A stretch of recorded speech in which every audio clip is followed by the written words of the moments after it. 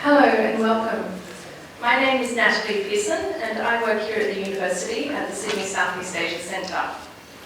I'm very pleased to welcome you to this special event on Who Controls the Internet, hosted by Sydney Ideas and the Sydney Southeast Asia Centre.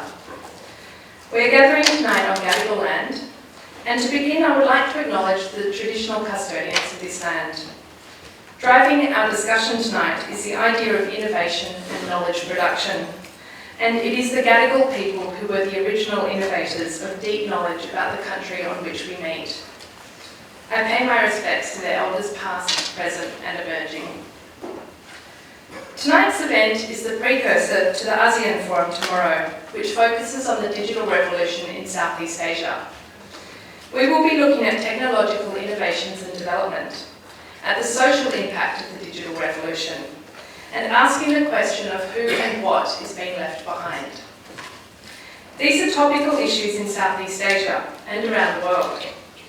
Here at the University of Sydney, for example, we've just announced a new initiative that uses artificial intelligence to develop a customised digital health program to reduce heart attacks. There are still tickets available for the ASEAN Forum, and if you'd like to come along, please grab one of the pamphlets out the front. For now, though, it is my pleasure to introduce you to tonight's panellists, all of whom will be speaking at the ASEAN Forum tomorrow. But here tonight, they're going to address this question of who controls the internet. So on your right is Mr. Bart Hoggeveen, and Bart is from the Australian Strategic Policy Institute in Canberra, where he is head of cyber capacity building at the International Cyber Policy Centre. He supports international and regional mechanisms to enhance cyber stability with governments and NGOs across the Asia Pacific. To Bart's right is Dr. Aim Sin Peng. She's a lecturer in comparative politics here at the University of Sydney. Her research looks at relationships between digital media, political participation, and political regimes in Southeast Asia. She's just been awarded funding by Facebook to investigate how better to regulate online hate speech in Southeast Asia. Dr. Damien Spry is a lecturer in media and communications at the University of South Australia. His research focuses on social media impacts on politics and diplomacy. He has developed the Facebooking Diplomacy Database and is currently working on the Twitter Diplomacy Database with the Digital Media Research Centre at the Queensland University of Technology. Tonight's event will be chaired by Professor Michelle Ford, Professor of Southeast Asian Studies and Director of the Sydney Southeast Asia Centre. Her research focuses primarily on Southeast Asian labour movements, labour migration and trade union aid, and she has also published on the gig economy and digital rights. Michelle will lead our panellists through what promises to be a fascinating and possibly somewhat alarming discussion for about 45 minutes. And then we'll turn it over to questions from the audience. And before we get started, a gentle reminder to please turn off your phones. Thank you. Okay, so who controls the internet? Just before we start, I'm going to ask Damien to give us a very, very brief primer on the techno-political world we're facing today. Yeah, so what is the internet? It's a very long, look, you can answer this in a very long way. I'm going to keep it really short. When I like to think about the internet, I try to remember there's three things. There's the technology, both hard and soft. So there's all like the wires and Wi-Fi routers, but increasingly that's also our telephones and our watches and our fridges and our cars and our smart speakers and the things that control our smart homes and so forth. They're the chips in our credit cards. They're our, increasingly even chips in our bodies. So that's part of the hardware. There's the software which carries the information and converts the information from one thing to the next. So that's websites, social media platforms, it's algorithms, it's analytical programs that deal with databases to crunch the numbers, to crunch the information, to do all those sorts of things. Then there's the content, which is everything that we read, see and hear and listen to. And content's interesting because we produce quite a lot of it, but not all of it. It's increasingly diverse. And then the last aspect of the internet, which is often forgotten, is the people. So when we talk about the internet, we have to remember that we are part of the internet whenever we knowingly or otherwise contribute content to the internet. So knowingly whenever we send a message, post on an internet forum, otherwise there's so many forms of information, content, data if you like, which we are at this moment contributing to or providing to people who are gathering this data, doing stuff with this data and making decisions about how they're going to use that data to try and impact upon our lives. The other side of it is the people who make those decisions, and often when we talk about technology we forget that there are people behind the technologies which decide how they're going to use the technology and in which ways. I'll leave it there. And we're going to start with those people who make the decisions. What do we actually need to know about the role of big companies, but also states in the operation of the internet? But can I start with you? Yeah, sure. Thanks for the invitation. Great to see so many people turn up about this very important question. And of course, I should start with noting that there is a fundamental thing wrong in just the question alone, and that's the word control. Because if you look at states, and if you look, for instance, about the position of the Australian government, they will say there is no control. We talk about the governance of the internet. Well, that aside, if you look at the role of the state, when you talk about governance, you talk about governments. So the role of the state here, I think, is kind of threefold. One is the state as consumer of internet products, of networks, of just a consumer like all of us in the digital domain. Then there is the role of the government as a regulator. And I think we can all imagine what that implies. And there is the role of the government as an active part, an active actor in the digital domain, both from a defensive side, but definitely also from an offensive side. We'll probably talk about it a little bit more. Well, I'd actually like to pull you out a bit on this immediately. If we think of Hong Kong and the recent events, clearly the Chinese state's taking quite an offensive approach to its use of the internet as a tactical tool. Have you got some observations on how states have used it in that offensive way? Well, I think what we've seen mature over the last couple of years is that states have come to recognize, let's say, the internet and the cyber domain as what they call the fifth domain of warfare. Now, don't take warfare too literally. That means the fifth domain of military operations or offensive operations. So I think all big cyber powers, that includes China, that includes Russia, but definitely also the US and definitely also Australia, have included cyber as a domain of projecting power, projecting influence. So it is an integral part of any kind of operation, hopefully driven by, let's say, political means, but definitely as part of operation, whether that's by the military, by the police, or other agencies operating in the auspices of the state. And definitely also China is very active in that. Now we'll come back to the question of states later, as I suggested, but Tony, could you tell us a bit more about the role of big companies here? Again, I have to be kind of, excuse me, quite brief because there's a long answer to this and I'll try to keep it quite succinct. In or about 2002, after the first tech bubble, the big internet companies, including Google, decided that they couldn't just be inventing interesting things, that they needed to really start making money, and they cottoned onto a way to do that, which is by gathering data, combining that data in interesting ways to make predictive models about our behaviour. Facebook was the next to realise that they could make a lot of money out of this, and both those companies and many others have succeeded in using that basic model.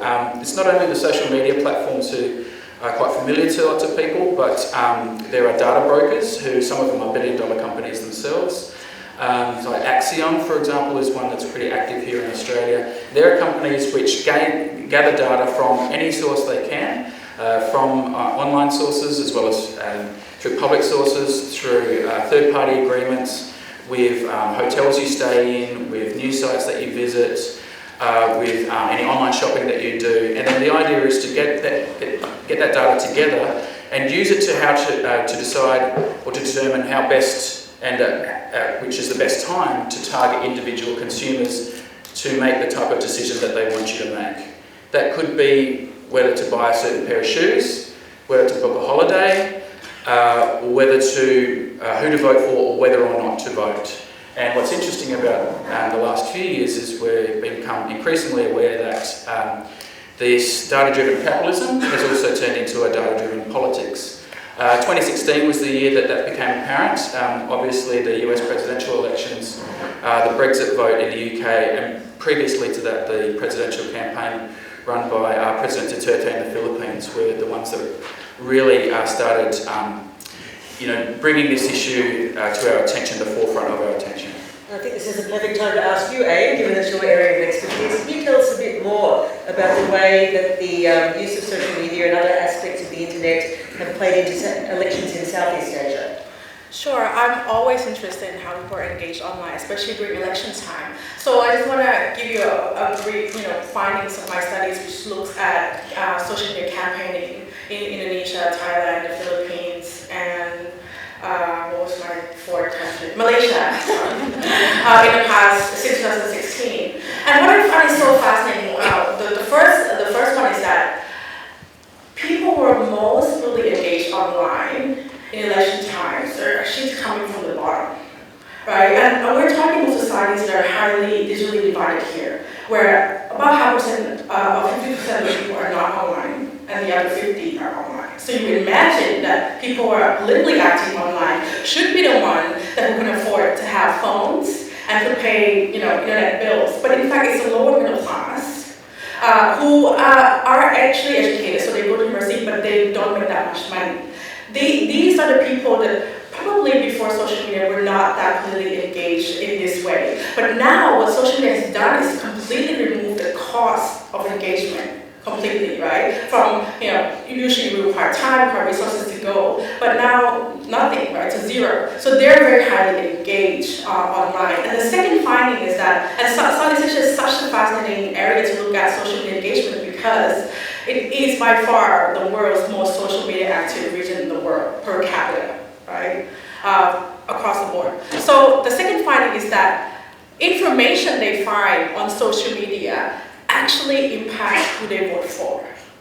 And the more they increasingly rely on social media for news, the more that affects their decision on one of the most important political exercises, in our lives, is voting. And it really matters to the region in Southeast Asia because lots of these governments are actually not that democratic. So these are the two biggest findings I find in terms of the role of social media in elections in the region. So, of course, in that situation, the role of fake news becomes really important. Can you tell us a bit more about how this is played out in specific contexts in Southeast Asia? Sure. So in Thailand, Indonesia, and the Philippines, actually, we find that there's actually a correlation between level of education and level of trust in information they find on Facebook in particular. And I had a chat earlier with Amelia Johns about the Malaysian case. It's not the case for Malaysia. Malaysia is generally more educated. So we did find that people who were less educated are more likely to trust information on Facebook. And in the Philippine case, this is very pronounced, especially if you're a supporter of Duterte. So there seems to be some demographic impact of low education and trust of information and shareability of information. So they're also more likely to share information. So this may indirectly feed into this whole fake news phenomenon. And of course that's within domestic political spheres. What about internationally? What impact do these sorts of phenomena have on international relations? Well, I think Damien refers to that as well, that a similar event or similar incidents that involve fake news or disinformation have also been, let's say, part of international relations. And I think the most prominent one is obviously the Russian interference in the US elections, and we've seen others as well. And I think as we published a report not too long ago, which found that about in 20% of the cases of elections over the last 2 years, there have been cases of disinformation from foreign actors. So that's happening. But at the same time, I think we should also realize that it has been happening also before the internet existed. I think that's always good to keep in mind as well. We are always in the game of trying to influence one another. It's just a matter of how do we make sure that this happens in a responsible way, in a transparent way, and that there are certain rules and norms that guide how state actors or actors that act on behalf of states act towards one another. But it doesn't definitely have influence. I think when we talk about social media, we always talk about it as the echo chamber, right? So if you follow certain people on Twitter or Facebook, actually the messages are being echoed. I think we see the same thing in, let's say, in conversation between states. States that are very active on social media can easily echo positions or opinions from like-minded states, but the reverse works as well. And I think a prominent case is that of the Russian Federation, how they kind of have, launched a social media war on everyone who was involved in the MH17 investigation, using literally every single social media platform to discredit, let's say, all the what we would call the credible institutions that would run the investigation. So it also there is an echo chamber. So, Mark, you said before that rules and norms around this are important. What efforts have there been made to put those sorts of rules and norms in place? So, could it simply? What sorts of efforts have been made to put those sorts of rules and norms in place? Lots, and maybe too many. And that's another, I think, challenge that's internationally when we talk about governing the internet. It's happening in so many different places that it's very hard to get any oversight. But I think the most prominent one is a report of a UN group of governmental experts, which was published in 2015, subsequently adopted by all 193 member states of the UN General Assembly, which recommended 11 norms, and they call it norms of responsible state behavior in cyberspace. So 11 norms which say this is what states should and shouldn't do.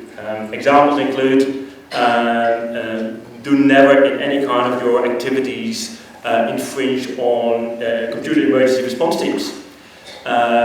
Make sure that you nationally, that your critical infrastructure is sufficiently protected so you're not an easy target.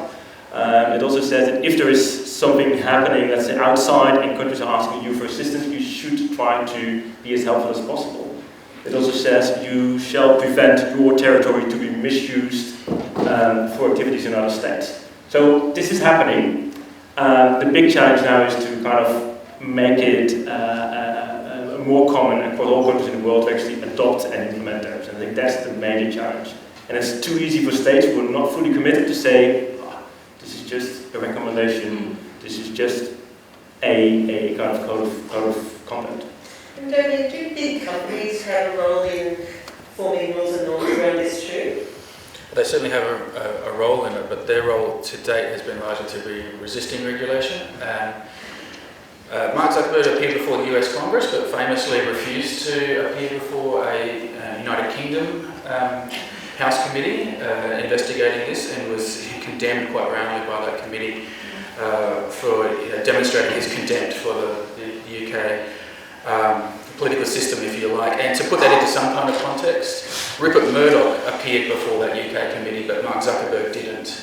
So when Rupert Murdoch is held up as an example of a media mogul who's behaving appropriately, then you will have to really kind of wonder, the internet has been developed by people over a few decades who have philosophically prized freedom in every way possible. That's bled into a commercial environment which has been resistant of any regulation as far as it could. Whenever Facebook, for example, has had to endure complaints, especially in the court of public opinion, about what they've been up to, or what they've allowed to occur rather on there, or been unaware of or haven't acted quickly enough to stop, their standard response is to say, we've employed X thousand more people, we're spending X million more dollars. And that's because they don't want laws and regulations to be able to constrain them. This is being debated at the moment in Congress in the United States. It's the subject of the ACCC report that's come out a few weeks ago here in Australia. It seems as though they will not be able to escape regulation for much longer. And, to be fair, Mark Zuckerberg has himself come out more recently and said, look, regulation seems inevitable. He may have even said it's, we need to be regulated. So we'll see where that goes. I think, like Bart has mentioned in terms of international cooperation, I find it very difficult to imagine how a country like Australia could regulate Facebook by itself. There's some aspects of consumer protection, the Privacy Act, and even elements of the Australian Electoral Act that could be changed to more strictly regulate social media. But I find it really difficult to get past the problem of, where does Facebook exist? Just because we're using it here in Australia, they're based in the United States, where do these laws apply? How do we manage that? I just want to jump in because I have kind of a crazy example to follow up what you said. So I went to the Twitter Asia Pacific headquarters and I talked to the head of governance there. And the Facebook colleague was there too. And I said, what are you doing? Anything about fake news, right? right? And he's like, we don't have fake news problem in Twitter. And I said, what? What do you mean? We don't worry about fake news. We worry about virality. And I was thinking about it for a minute and said, think about it, Twitter, everything just happens so fast, live, it's going live, it's way faster than Facebook, right? So their corporate approach to fake news is that, is it going viral or not? It's not going viral? We don't care, because it's already gone. Damage is done, it's moved on, it's too fast, right? So it's just like so telling about how they think about fake news. It's like, it's not really about the content or authenticity of it, it's whether or not it's going to explode, right? And it also gives you an indication of how like, this is a corporate answer to this. And then the other one that was telling also was, we're just waiting to see what Facebook's doing because they have way more money. And we don't, right? And they're making like, I think $100 million in profit. So they are apparently up to poor. So they said, well, if Facebook does something about it, we'll think about it. But if they're not doing anything, we're not doing it. So this question of temporality is really important then in the Twitter context. Something that really strikes me is when companies have been forced to respond. We think of the New Zealand terrorist incident, we think of these big international events that have made companies, whether they want to or not, respond. And given your reflections then on Twitter and Facebook, how strong or weak is that a mechanism to actually start exerting some popular or government state control on these big companies? So they decide, you can choose what issues they really care most about. So given the debacle after the Cambridge Analytica, they became really, electoral interference in the US, they became really concerned about elections. So then they start hiring people who they form teams where they dispatch to every single national elections that happen to educate the election commission of that country and politicians or political parties how to use Facebook. Right? And so they sort of zero in on focus on things that they seem like most volatile and probably most likely to have negative impact on their image. And then the rest of the stuff, for example, Myanmar, hate speech going on for years. NGOs, local NGOs, they bang on the door, like, please do something, please do something. And they didn't basically take them 5 years to really properly address concerns because it wasn't gathering enough coverage and momentum around the world for them to take it, really take care of it. So, issue-based. So in this sort of context where we've got states that are working on something done in 2015, basically, and we're now in 2019 and things have moved very fast, we've got companies that only respond in periods of crisis. Yeah. What agency do end users have? We have a lot of power, and I really want to argue in this talk that we have the most power of all, right? And the power, we feel like overwhelmed because we feel like they have all the decision-making power. I think that we users do. And I wanted to give you in 3 key ways, right? Using Albert Hirschman's sort of his book on exit, voice, and loyalty, right? We have the power to exit.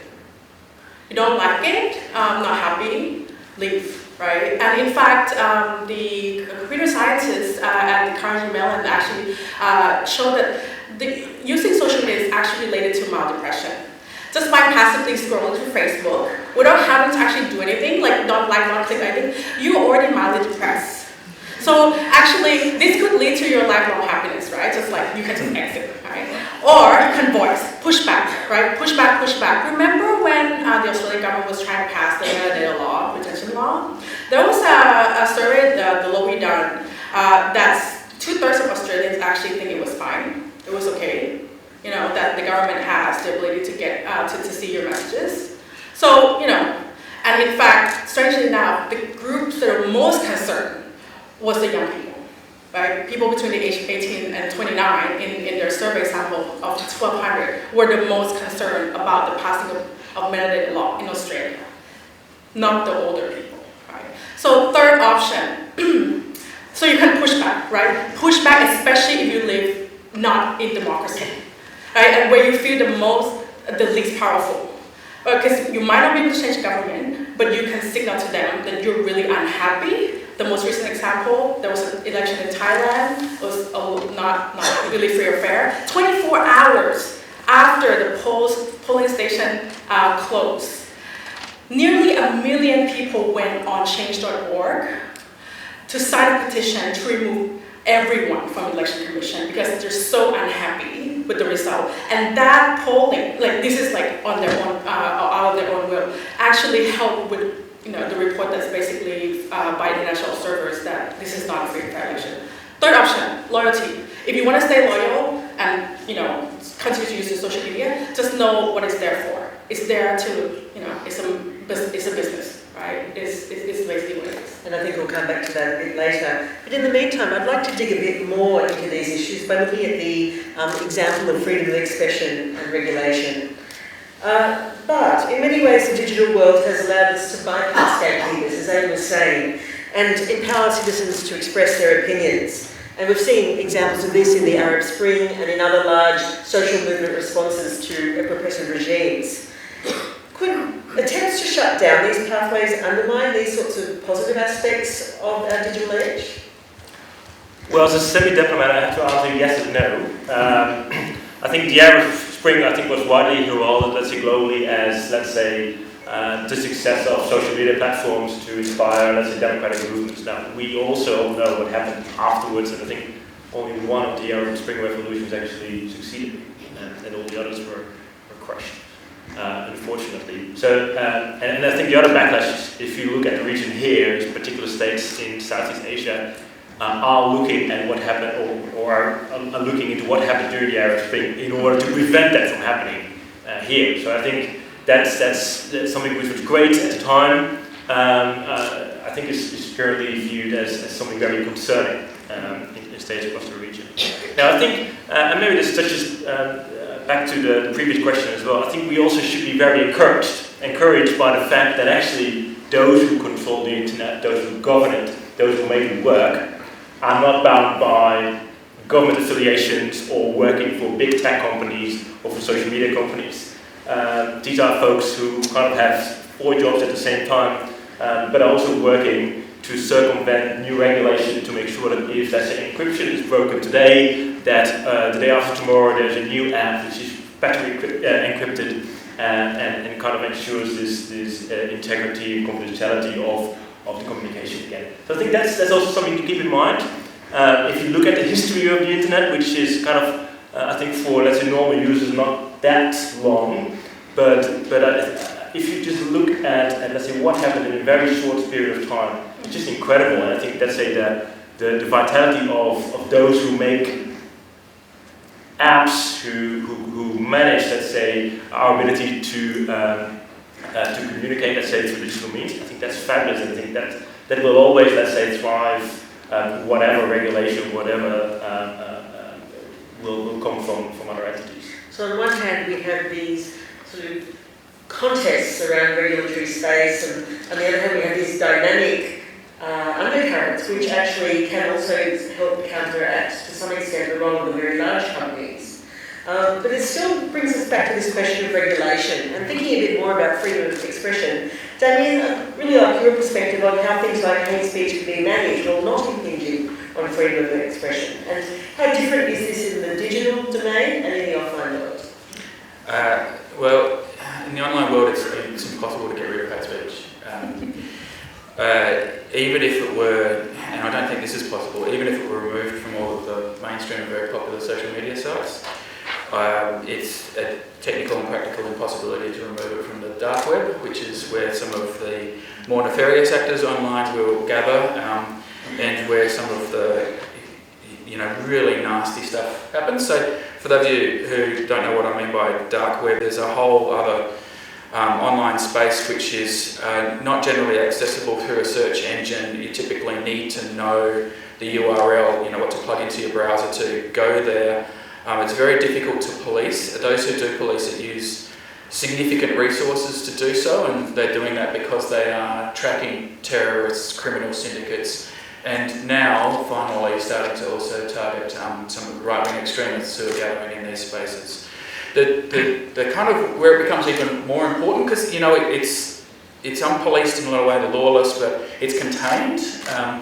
But when, like what happened in Christchurch, when an actor takes this spiteful, hateful, malicious violence and takes it from the dark web and then broadcasts it via Facebook, then there's a whole new level of types of implications that has. Now, is it possible for the social media platforms to do a better job? Absolutely. And when that question is put to them, they inevitably will come back and say, we are going to do better. Their response tends to be oftentimes technical. We can do better by getting better code, by getting better algorithms, or by employing more people. And if anyone, if you want to ruin your day, go and read one of the stories out there about the experience of being someone who has to monitor and moderate online content for Facebook or someone like that. The stuff that they have to go through and the conditions under which they work under is terrible. So there is a tremendous amount of work to be done in this area to try to limit hate speech as much as we can. It's obviously become one of the more pressing issues because of what happened in New Zealand, and here in Australia, because horribly an Australian was involved in that, but it's been going on a while. We're a long way from fixing that one, I think. Yeah. There's interesting implications also for other elements of the world of work. Universities, for example, the public service. To what extent can employers more generally regulate our freedom of expression in the media? I mean, we're all aware of the recent High Court ruling here that public servants can be sacked for posting political opinions on social media. So what I'm curious to hear from you all about, what are the implications for our work lives of our digital citizenship? Mark, can we start with you? Well, that's a tricky one for me. So I only moved to Australia 2 years ago, so I don't know that's all about the regulation, let's say, which underpins, let's say, the culture here. But coming from a European perspective, I was very surprised to learn of that High Court ruling that as a civil servant you cannot apparently have a private life where you have private opinions, even if that's politically motivated. So I mean, I would be pretty concerned that let's say this ruling kind of sets a precedent for not being able to, let's say, to communicate in political activities or expressing political views or academic views, which may be different than your views or your work, not your view, but your work as a public servant. So I think it's concerning. At the same time, I think I would wonder whether this ruling would be, let's say, be sustainable in the long run. Can I add just to that, on that particular case? I mean, first of all, I wouldn't want to be a public servant posting anything on social media that was derogatory towards my employer right now. But the details are important because in that case, and it's been raised in connection or in comparison with the Israel Folau case and his trouble with his employer because of what he posted on social media. The differences between the two cases are significant. So just on the public servants case, the legal ruling was based upon the fact that she was challenging, she was claiming an implied right to freedom of political speech. She was saying that her contract was void because she should have that implied right. What she didn't say is that she had violated. What she didn't claim, as best I know, and it's before the courts as well, so I have to be kind of careful here. Well, it could be on appeal. She didn't claim that she hadn't violated her employment contract. So if you stay within your, the terms of your employment contract, you should be able to publish what you like. Now, unfortunately, that means if you're a public servant, you can't criticise your department or your minister. Now, I don't feel very comfortable, knowing, if that's the state of play. So, you mentioned the Israel Folau case, which I'm sure everyone's familiar with. Yeah. But can you walk us through the comparison a little more? Well, the tricky difficulties arise out of, and again, I'm kind of like at the edge of my area of expertise because a lot of these are legal differences. One's about a freedom of religious expression, the other one's about freedom of political expression, and they're treated differently under the law. So that's one of the differences.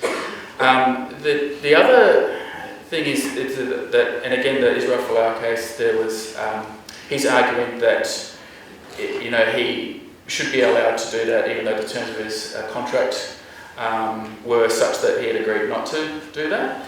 Whereas in the other case, the claimant was arguing that the terms of the contract were themselves invalid.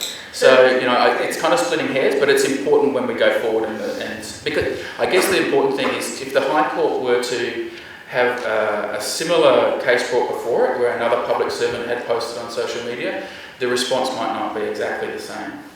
But moving back from those specific cases, as most of the people in this room would have relations of employment with somebody or some company or some entity, what are the implications for us more broadly? Also, and then maybe guys want to jump on in, but the tricky thing is, and this is part of the digital age, the new media age, is there's this breakdown between private and public lives, right? So us as employees and us as private citizens, increasingly that's blurred. That's blurred in many ways, why we have to keep on taking phone calls at home from our employer at all times of day or so forth. But this is another one where we can't have two separate lives online, it seems, and that has very troubling ramifications for what it means to be a private citizen and to be a private person.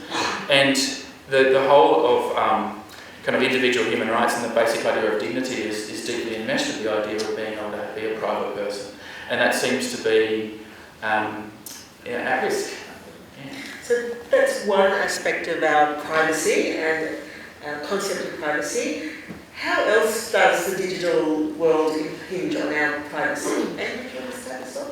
I thought I just want to add another dimension because, and I'm picking up on your point about the blurred line between private and public life. Because if you are from Southeast Asia or have worked there, you would know that working there requires you to actually use social media for your work all the time, right? In fact, you can't get an interview, you can't get any data from anyone by phoning or emailing them. But if you send them a message on a WhatsApp, you probably get an answer. And so there's this whole, you actually need to know the social media vernaculars, like how to get access to people, how do people connect, and then they have, in encrypted chat apps, they have work groups, right? This is where they share lots of information. So it's like a whole other dimension of what it's like to work in the digital society today, and there's no more the boundaries between what's private, what's public, and it's even more interesting in Southeast Asia because this is the region that has a lot of censorship, right, and overarching of that. But in the work life, it's all sitting on top of each other. Social media is a glue, right, between your private and your public life. And often those aspects of your digital footprint, there's no Chinese wall, they're all mixed together. Yeah. Your work colleagues also see your family pics, they also see all those sorts of other aspects of your life. So coming back to my question of privacy, where does this leave us? I mean, what are the big things we should be thinking about in terms of privacy in the digital world? Well, that's a very big question. I think it all starts with us being just individually very aware and critical, self-critical about what you give away and for what purpose. I think, the big trick obviously is for ease of convenience to just, let's say, provide all your personal details. And I think sometimes we ourselves can be a bit more restrictive in what we provide. So that's one element, the data that we provide, often for convenience. What are the other key elements that people think of, analysts think of, when they're trying to parse the relationship of people and privacy internet? And institutions, of course. Well, when the data brokers, when they're looking for what they can do with the data, they try to identify us in three ways. So one is our identity, so who we are, who I am, my age, my background, where I live, and those sorts of things. The second one is my behaviour, so what I do online or offline. So that includes online shopping, any website I go to, but also my location at pretty much any time, facial recognition, by various cameras, so that all, that's our behaviour. And then the third thing is, and this is the kind of where it gets a little bit creepy, is they want to know my personality. All right, so they'll know as much as they can my preferences. And preferences are about everything from what food I like, but what type of person I am. Introverted, extroverted, aggressive, those sorts of things, outgoing, so on, and they'll target me differently based upon those sorts of things. So they're getting very good at it.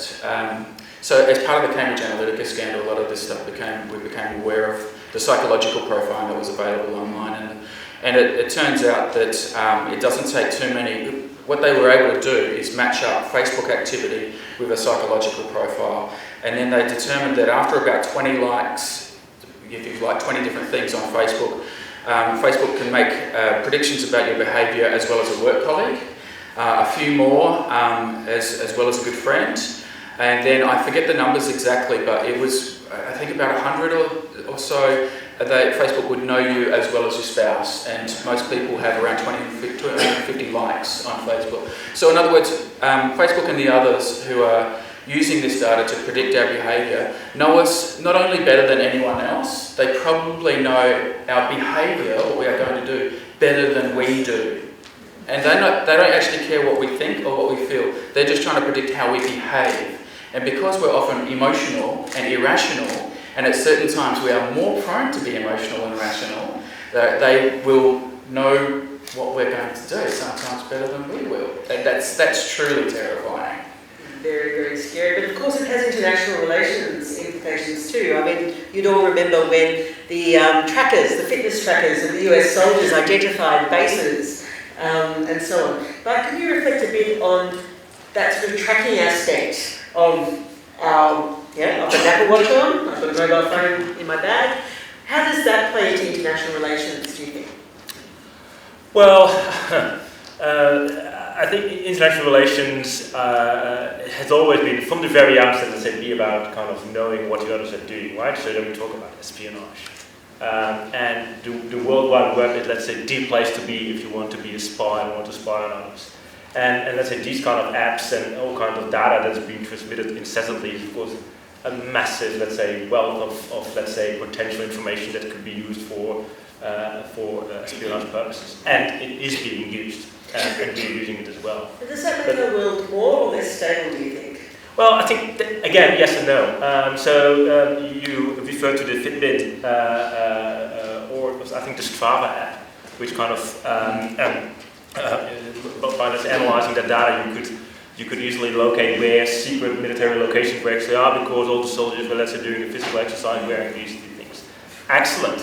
The same tools are also being used to kind of see what's happening across the world in terms of human rights abuses, or to what extent governments are actually living up to their promises. And just, I mean, I don't want to do self-promotion here, but I mean, one of the gentlemen who broke the Strava story had been working with us, and he just supported a project I think 2 or 3 weeks ago, which mapped the locations in Rakhine State in northern Myanmar. And they could just, let's say, by using open source data, the same data that let's say, you're just referring to kind of substantiate whether the Myanmar government was actually living up to its promises. And evidently they weren't. So it worked both ways there. And we're not just talking about that really big picture, are we? We're talking also about institutions in our own society, hospitals, security services. There's many instances now where these sorts of services have been hacked.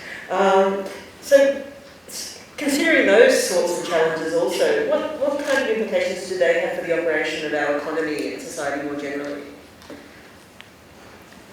Can I just insert 2 words into the conversation? Sure. Which is trust and confidence.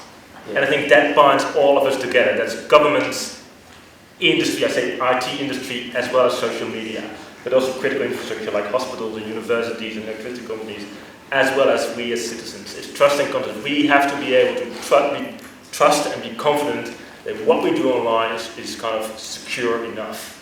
So I think what you're referring to, kind of, let's say, the compromise of hospital records, the compromise of university networks, maybe as such is not a massive deal, but kind of if it adds up, it probably impacts our trust and confidence in the system, and I think that will be detrimental to all of us, socially, economically, and politically. Can I add another word? Rights. And I think we don't think about this enough. Digital rights, like what rights do we have as someone online, and you know, what does it mean to be a digital citizen? Is it different than being a normal citizen? And when you're thinking about your activities more in the format of rights, then you start thinking about, you know, what should be an appropriate behavior, or in order for me to maintain my digital rights online, what are some of the things I want to protect? Is it privacy? Is it national security? So then you start thinking much more meaningfully about your engagement online. If you want to add something there? No, other than that, like the hacking's pretty. Look, when Bart's talked about cyber warfare. That's probably where we're going to see it, I think, in the first instance. So there's a lot of investment going on in protecting major institutions and infrastructure networks from hacking. So it's probably the one area where I'm most confident that we are able to make progress, because those people who are in danger of being hacked, they kind of know what they need to do in order to prevent that from happening. Whereas the other way of looking at where data can just be used in malicious ways, it's not being hacked, it's being sold. It's being gathered for the purpose of being sold, and that's a lot harder to stop. But, I mean, that's from the provider's point of view, but the consumer's point of view, it's also an issue, right? If you think about the, what was that app called? The One Health thing that the government wanted to put out, and how many people were reluctant, including doctors, to sign in because they weren't sure what would happen to their records. Yeah. So it comes back to your thing of trust, I think. Yeah. And even if the companies are onto it or the institutions are onto it, that fact that it can undermine our trust as consumers in the institutions and that they're actually to help us. We're running out of time for this part of the evening, so I've got one final question which I'd like all three of you to respond to. I mean, obviously, even the experts in the room have reason to be concerned about their digital footprint and their digital citizenship. So finally, in your opinion, Bart, what's the most important thing our audience members can do if they're concerned about their engagement in the digital domain? I think it maybe, I'll just repeat what I said earlier, be very critical. Personally on what you provide and how you interact on a daily basis on the internet. But also be critical about any kind of hype stories in the news. They may be true, but more often than not, if let's say 25% of the story is true, that's probably more realistic. That goes, let's say, on all the promises as well as all the dangers. Because I mean, I think if you look at the conversation, we tend to be, let's say, overwhelmed by all the risks and threats. But at the same time, we have kind of survived for since the internet was invented, it was in the late 1960s. And what would be your one tip? We have more power than we think, but not individually, actually collectively. Because that's what corporations care about, collectively our actions, and also what our governments care about. So, what can we do as individuals? Talk about what your concerns are. If you want to use social media for that, that's fine. If not, you can talk offline. Really actually fight back anytime you hear the word national security, right? Because that's usually a ploy from which they try to reduce freedom or compromise on privacy in the interest of national security. Really think about whose security is it for? Is it really for us or is it for somebody else?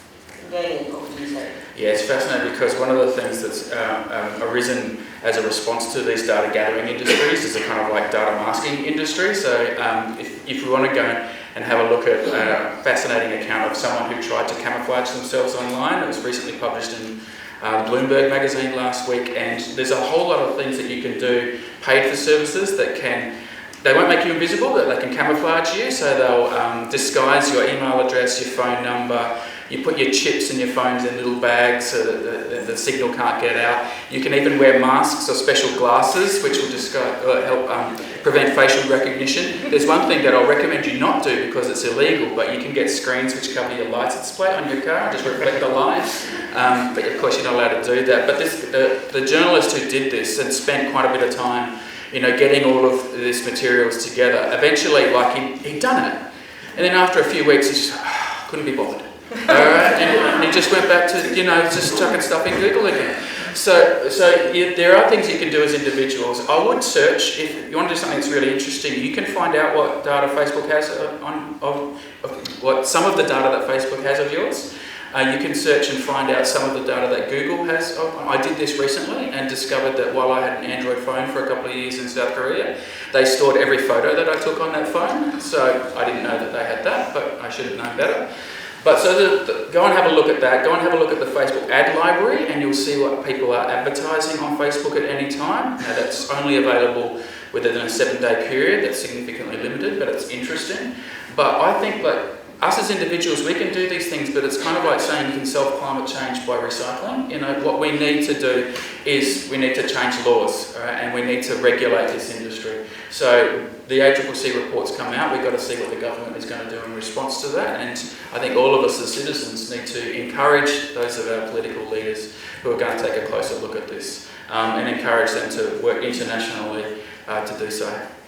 Well, a lot of homework for us all. Let's thank our speakers.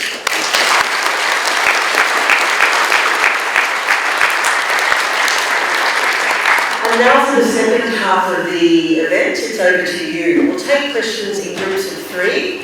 Could I ask that they are questions and not speeches? And we'll put them to our panellists after that. Okay, we'll take one there. Put your hand up if you've got a question.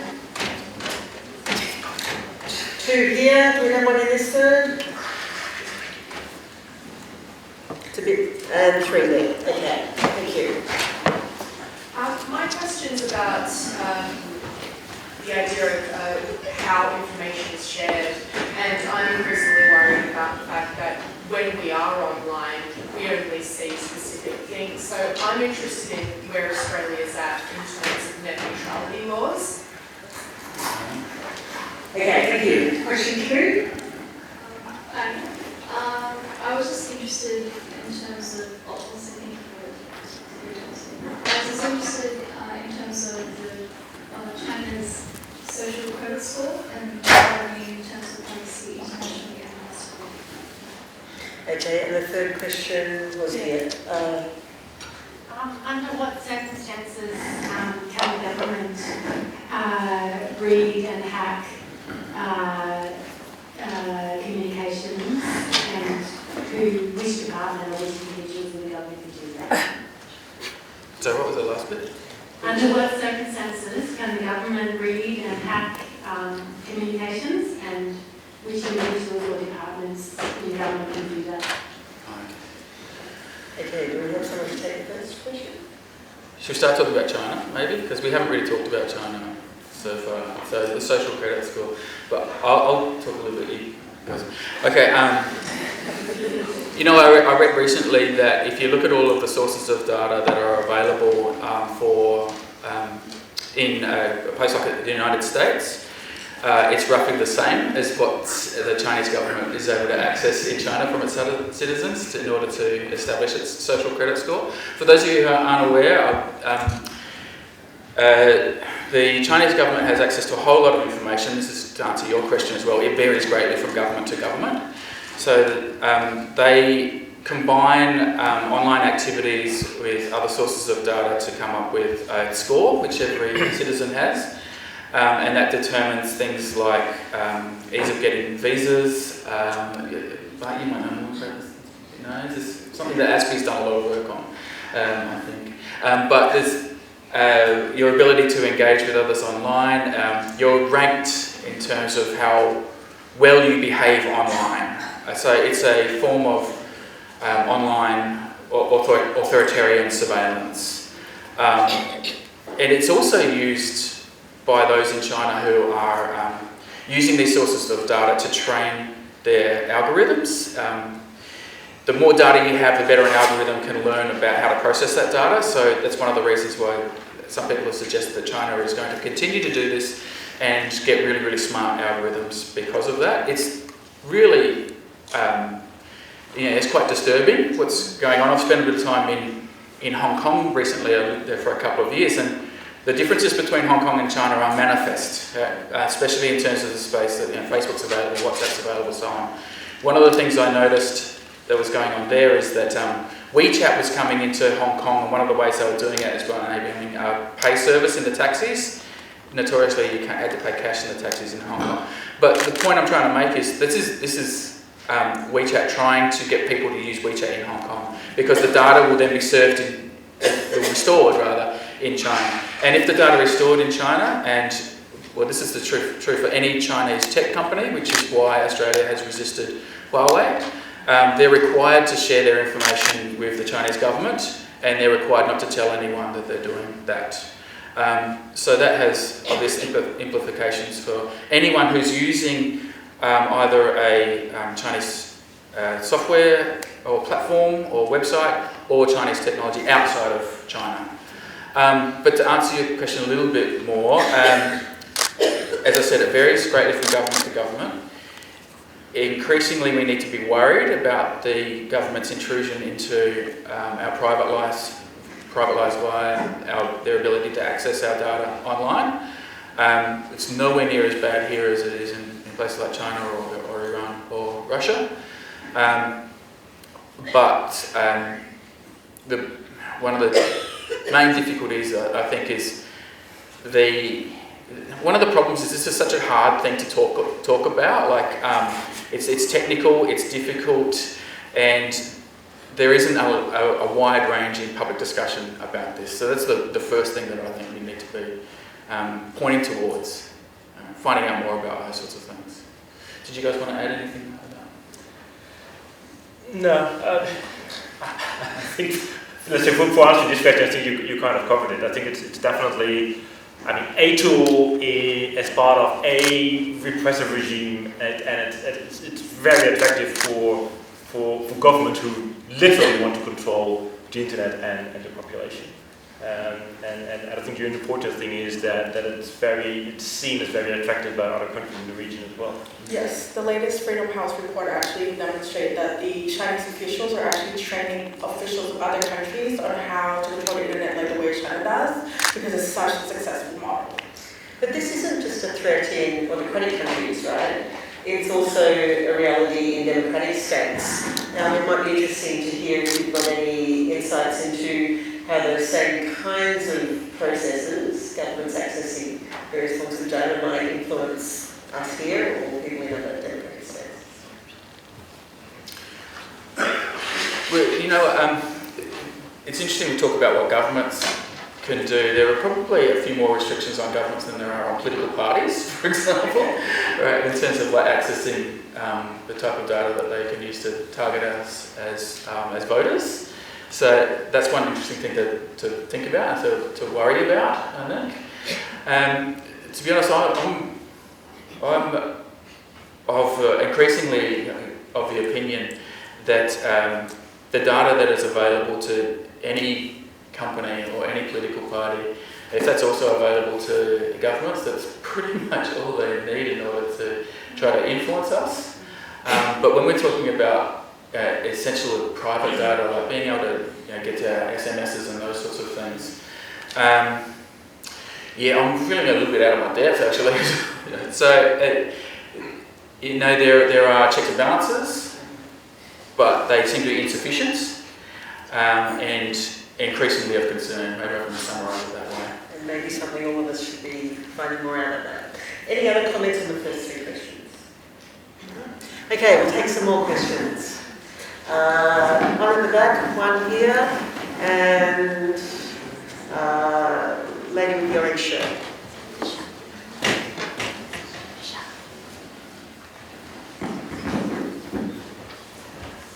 I came here understanding in my own mind that the data collection is perhaps the scariest and one of the most obscene parts of the internet that is controlling it. And it becomes increasingly hard to not have your data collected. How can I reclaim my data? Okay, great question. We had another one. Yeah, second question. Hi. My question is, I think specific to AIM. You said about people standing up when democracies are challenged. People stand. We've seen that in Hong Kong and other places. They've really revolted. But why haven't we seen democracy is challenged through social media? But why haven't we seen people stand up against social media companies? Yeah, in a social movement way. Okay, thank you. And another questions up the back there.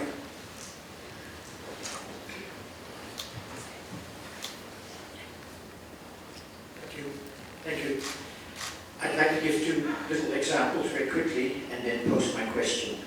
I've recently been cleaning up my computer, talking about my private affairs, and suddenly Google asked me, would you like to see all the passwords that you have used? And actually, I said yes, and I printed all the passwords that I had entered. I don't recall ever having set up any app, for example, with passwords, so I was very surprised. The second example is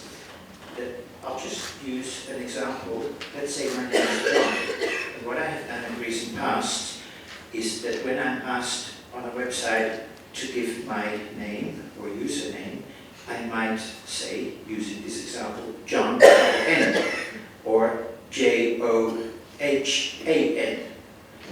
And the number of emails that I have received is just amazing. Hello, Johan. When the name should be John, it immediately tells me that the address has been somehow used or sold.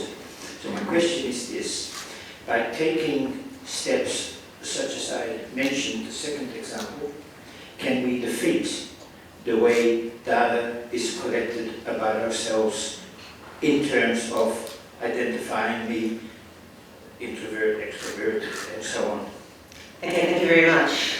Thank you to the panel.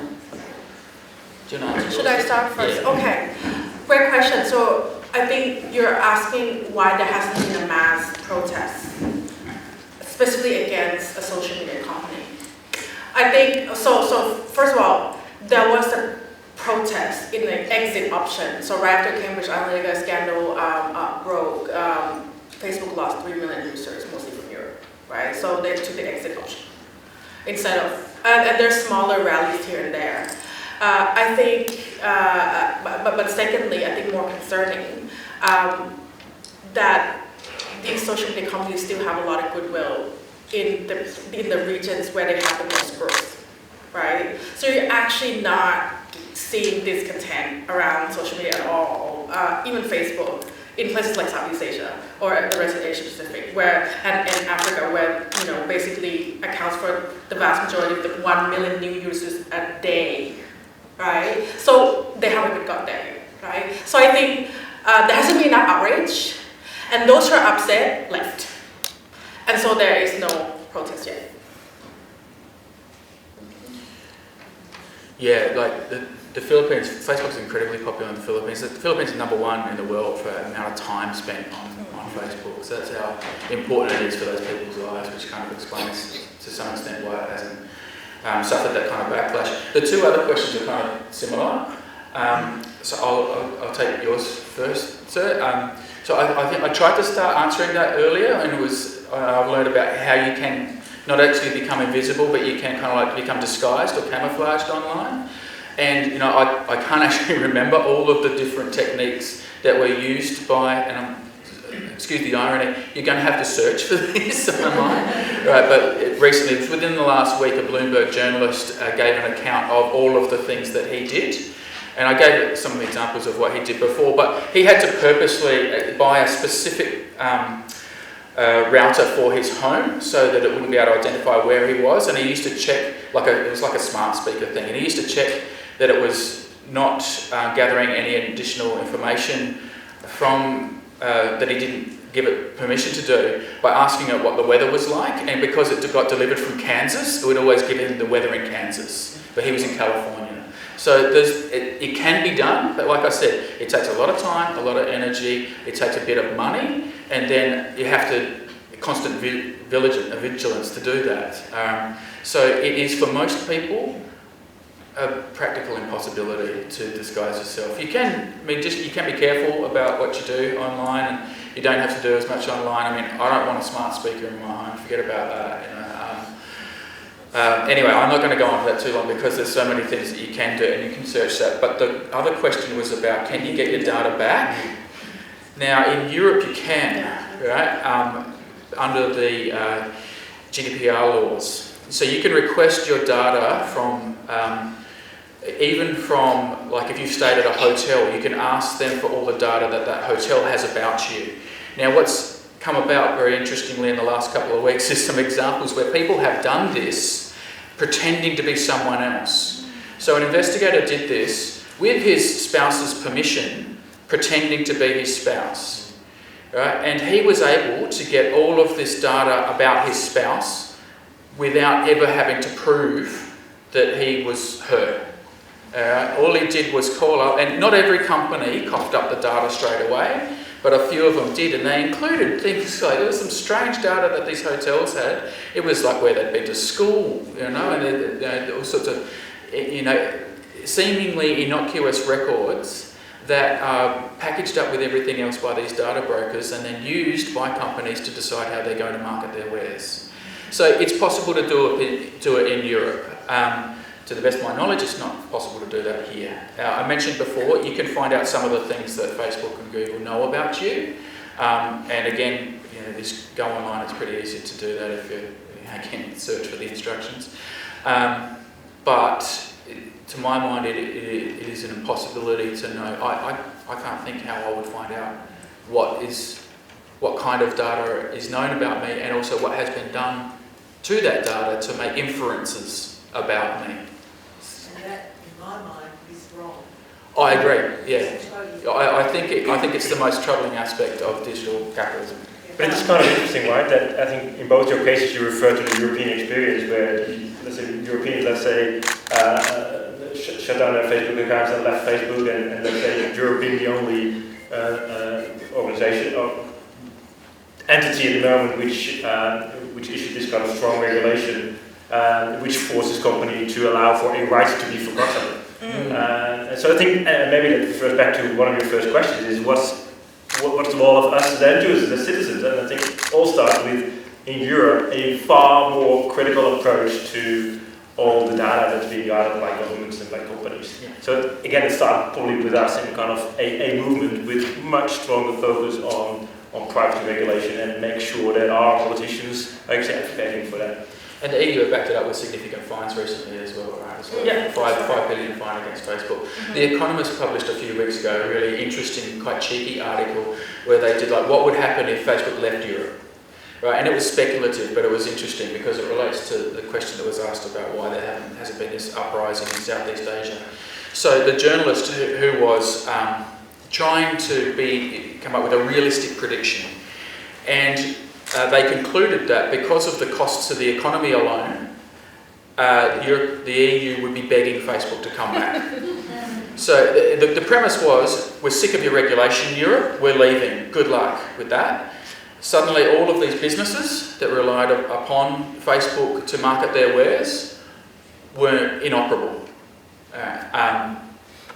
So that's it's deeply problematic itself also, isn't it? Right? Yeah.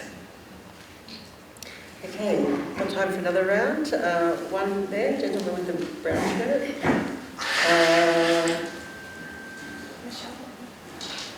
Sorry, 2, yes. And 3 in the middle there. Yeah. Thank you. My question is, who should be given the power to judge what is hate speech, what is not? Okay, thank you.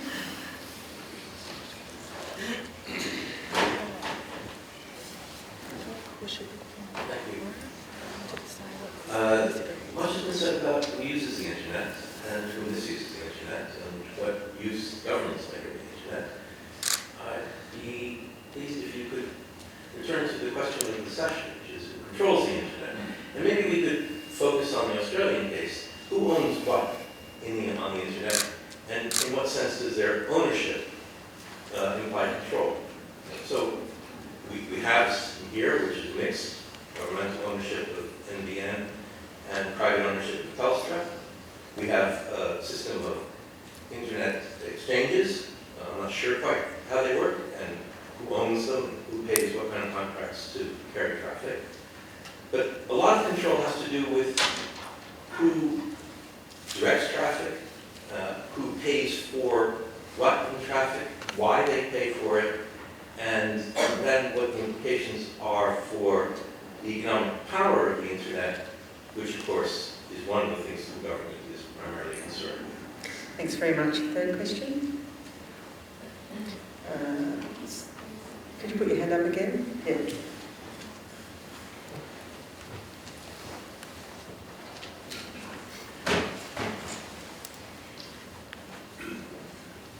Thank you. I want to pick up on what you were saying about rules and regulation being in many ways more useful than using technology. And the problem here is the bad guys aren't going to be controlled by any regulations. And I want to pick up on the question this lady asked. And you're probably aware of a program that's been running on TV recently called The Hunting, where an intimate photograph was posted on the internet. Now, what do you think of the possibility where the release of private information is very specific, such as a particular photo, that technology could be used to fight this? That there could be a government-sponsored institution together embedded within the regulation, so that if someone with a complaint could come forward with a particular photograph and say, I want the people who are holding this, which is summed up where probably, possibly, and that could be targeted in a type of official hack and destroy that image wherever it is, and however many times it's been replicated. Okay, thanks very much. So I can respond to the hate speech question. So my collaborator here, Fiona, is here. We're working through this right now because Facebook has one definition of what they constitute a hate speech, which is part of their community standards, is what they judge content based on. And the good news is, it's actually quite good if you actually compare to what is hate speech in most developing countries, right? And it's probably not good enough for the Europeans. So this is where we're at, right? So the problem with that, cookie cutter definition is, what does it look like in each country? And this is what we're sort of figuring out and actually helping Facebook to better understand whether their one definition of hate speech, which they judge their content monitoring on, is actually applicable at all in each local context. And one good example is, I just read through 3 years of data on human rights Facebook page in the Philippines, and the amount of death threats and active encouragement of murder that I see is astounding, and they don't even constitute hate speech in the Philippine context. They actually do constitute violent content that is in violation of Facebook, right? So there's paradox. Actually, Facebook is doing a better job than the Philippines government. I can go for the last question if you'd like. It's a really interesting question. The use of images online, or misuse of images online, is something that was raised in the ACCC report that came out, and one of the recommendations that the ACCC came up with was that there should be an ombudsman where people can go and report improper uses of their images. Now, what was really interesting about this is that the context in which that recommendation emerged from, some of the input into this report included some of the wealthiest, most powerful, most influential companies in this country. And I'm talking people like News Limited and the Fairfax Press and others, Channel 9, for whom their celebrities were being taken, their images were being taken and turned into ads for all sorts of things. There was a funny one, funny, it's not it's funny, it's kind of sad, but it was things like medical ads for embarrassing conditions would suddenly appear with a famous celebrity on them. And these are household names, they couldn't stop it.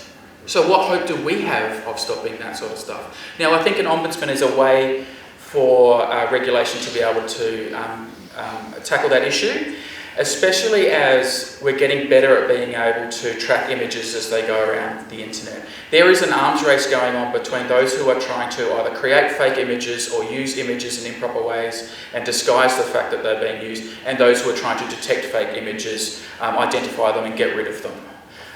It's emerged, for example, in things like pornography, especially child pornography, where there are now programs where you can try to trace images as they go through the internet. One of the problems is that some of the use of improper use of images, now these aren't fake images, these are images that have been stolen, is used by cyber scammers who will parade as these people. Typically they get photos of, for example, someone who served in the military, because people trust people who serve in the military. They'll parade as this person and they'll try to entice someone to either give them money or sometimes even travel with a package which turns them into drug mules. Now, the people who are often responsible for doing this, who are stealing these images and contacting those who they are trying to scam, are often teenage boys in an internet cafe in a place like Kenya. I don't think an Australian ombudsman is going to be able to stop those young Kenyan men from doing that. There are limits to what technology can do. So in order to tackle this, which it's a part of an organised crime syndicate, in order to tackle this, you need cooperation at the highest level between police forces and investigative services that have access to some of the best technology that anyone has. They're able to try to fix that, but that's the type of level of technical competence, but also, you know, just resources and commitment that you need in order to trace that type of stuff. So speaking of technicalities and resources, can we return to the first question that you said? And the question was about, let's say, who, back to the question, controls the internet? Who controls the internet? Yeah, I mean, maybe this is quite a nice look back to, I think, Damien's first introduction. Because if you look back, let's say, from social media companies and everything that we do online, going back to actually who control the ways how our computers and how our smartphone actually can talk to one another, and then again, who owns the infrastructure that makes the internet work. Well, we're living on an island, so our main means of communication are through submarine cables. Submarine cables are owned by private companies. You mentioned Telstra, which is definitely a major player in the infrastructure sphere as well, but don't exclude other, let's say, big telcos or investment firms as well. And then you've got, let's say, the hardware infrastructure you call the NBN, but so Telstra, Optus, and I think Vodafone are the big major parties that own the physical infrastructure, the cellular towers, the landlines, etc., etc. I think the beauty of that is these are all kind of commercial enterprises, so that you pay a fee for a certain amount of bandwidth, and kind of there is a business rationale behind that. They do not, let's say, so much control what's being, let's say, communicated and let's say, the content of the data that's being transmitted. And then I think there is another layer which comes on top, and which probably is the interface between us and the internet, which are our internet service providers. Those where we buy either our internet access from or our website that we run.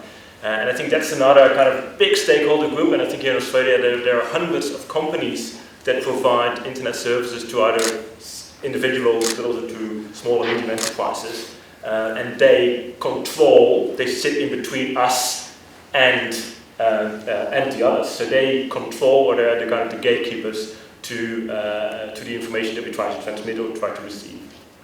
And they often, let's say, they're not so active in the public domain, but they do hold, I would argue, the bulk of the internet infrastructure that we rely on. And I think repeating what I said earlier, I think that's the community which is far less influenced by government regulation, political motivation, or whatsoever that we have been talking about so much this evening. Okay, I think we'll leave it there. Lovely to end on the question with which we began, who controls the internet. Thank you all for being an engaged audience, and thanks again to our speakers for giving up their time and their